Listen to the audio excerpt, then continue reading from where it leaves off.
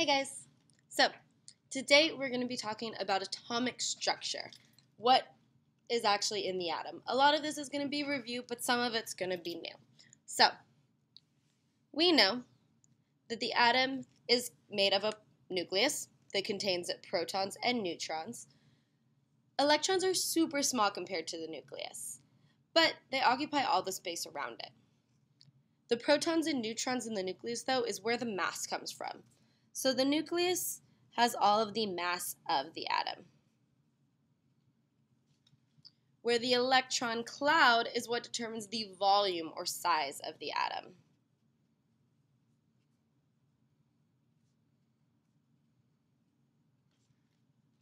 These two things stay together because the nucleus, with its protons and neutrons, has a positive charge, where the electron cloud, which only contains negatively charged electrons, is negatively charged. Okay. Now, I want us to start to get a sense of how big the atom actually is. Okay. The entire atom is typically 1 to 5 angstroms, depending on which atom you're talking about.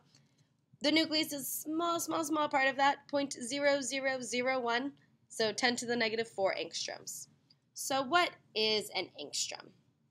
An angstrom is 10 to the negative 10 meters, or 0.1 of a nanometer. So if you picture a meter stick, okay, a meter stick is divided into 100 centimeters, okay? Those are the lines that say 1, 2, 3, 4, 5 on the meter stick. In between each of those, you have the 10 little lines that are millimeters, okay? So 1 meter stick has 1,000 millimeters on it. Within each of those millimeters, there are 1,000,000 nanometers. Okay? So that's a good thing. 1 millimeter is 10 to the 6th nanometers. Okay? So what this means is that they're really, really, really small. Okay? It's only 0.1 of a nanometer, okay? So, let's do an example problem to get our heads wrapped around this. The diameter of a US penny is 19 millimeters. The diameter of a silver atom is 2.88 times 10, or 2.88 angstroms. So how many silver atoms could be arranged side by side in a straight line across the penny? Okay, so first, in order to compare these things, we need to get them both in the same units. We have 19 millimeters and 2.88 angstroms. I'm going to go ahead and convert the angstroms to millimeters. Okay, so if I have 2.88 angstroms, off the top of my head, I don't really know how many angstroms are in a millimeter, but from up top, I know how many angstroms are in a meter. So I'm going to convert it to meters. Okay. 1 angstrom is 10 to the negative 10 meters. And then I do know that 1 meter is 1,000 millimeters. Okay. That's one of those metric conversions that you should have memorized. So I plug it into my calculator. 2.88 times 10 to the negative 10 times 1,000 is 2.88 times 10 to the negative 7. Okay? 2.88 times 10 to the negative 7 millimeters. Okay? So how many silver atoms fit in the penny? How many 2.8 times 10 to the negative 7 millimeters go into 19 millimeters? To do that, I have to divide. So I'm going to divide 19 millimeters by 2.88 times 10 to the negative 7 millimeters. So I'm just going to do 19 divided by that answer that I got, and I get 6.59, so I'm going to say 6.6 times 10 to the 7th. So 6.6 times 10 to the 7th. That's 66 million. Okay, so 66 million silver atoms could fit across a penny.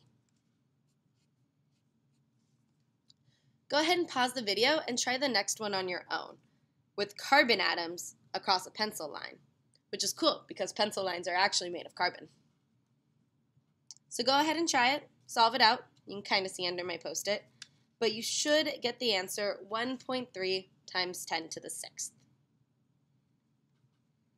Okay, so now let's talk about protons, neutrons, and electrons, those subatomic particles. Blah. Okay, protons are positive and they have a mass of 1.0073 AMU. Neutrons are 1.0087 AMU, and electrons are super small, 5.5 times 10 to the negative 4 AMU. So here's the conversion from AMU to grams, but what actually is AMU? AMU stands for atomic mass units. Okay, this is a unit that scientists came up with basically just to describe atoms to make it easier. Okay, it is defined as 1/12. So 1/12 the mass of a carbon-12 atom. Okay.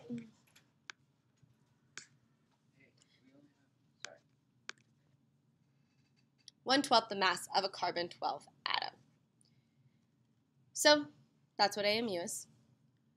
A lot of times we're going to write atomic symbols for when we're talking about particular atoms, not just the overall atom, but the symbol. So this is a symbol for a carbon-12 atom. The C, of course, is the symbol. Okay. This 6 is the atomic number, which is also the number of protons. And the 12 is the mass number, which is the number of protons plus the number of neutrons in the nucleus. Okay? So, how many protons, neutrons, and electrons are in a sample of 197 AU? Well, AU is gold, so we can look on our periodic table. AU is number 79, so that means that gold has 79 protons. Because it has 79 protons, we know that it also has 79 electrons, because it's not an ion. So the number of protons and electrons are going to equal each other. To get the number of neutrons, we're going to have to take its mass number, which they tell us is 197 in the symbol, and minus out the number of protons, so minus 79.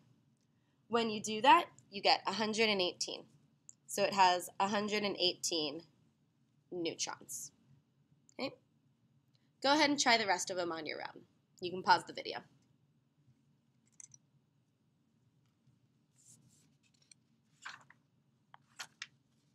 Oops. Okay, so strontium 90, whenever it has like a dash like that, that is the mass number. It has 38 protons, 38 electrons, and 52 neutrons. Barium 138 has 56 protons, 56 electrons, and 82 neutrons. And if we're talking about an atom with 82 protons, 82 electrons, and 126 neutrons, that's going to be 208 lead, which is atomic number 82. Okay? Let's talk a little bit about isotopes. So, what an isotope is an atom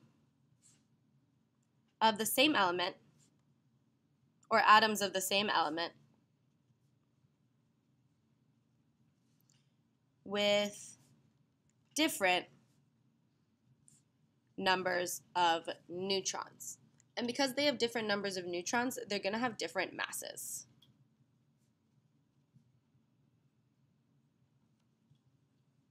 Okay? This happens all the time. That's why the masses on the periodic table aren't even numbers, because they're the average.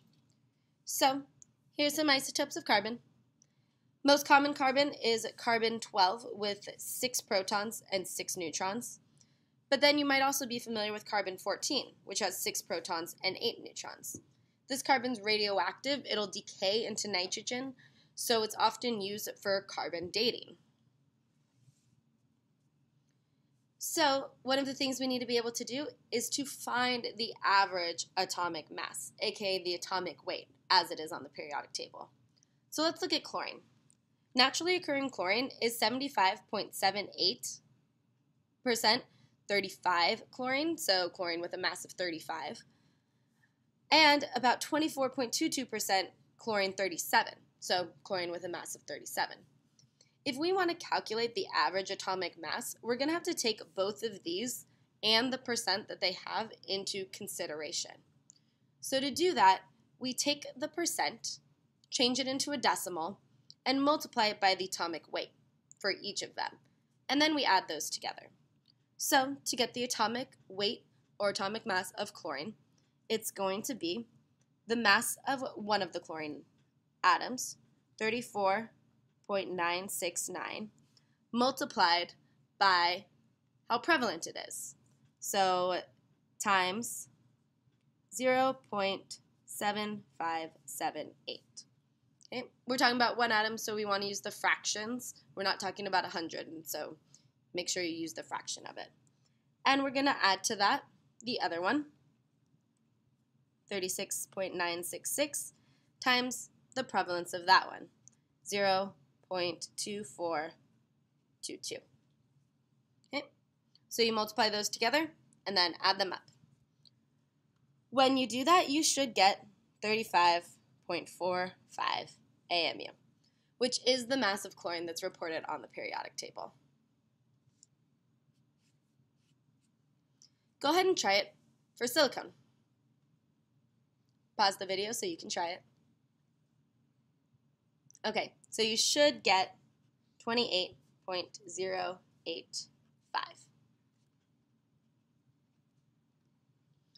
And we're going to go ahead and pause here and talk about mass spec in the next video.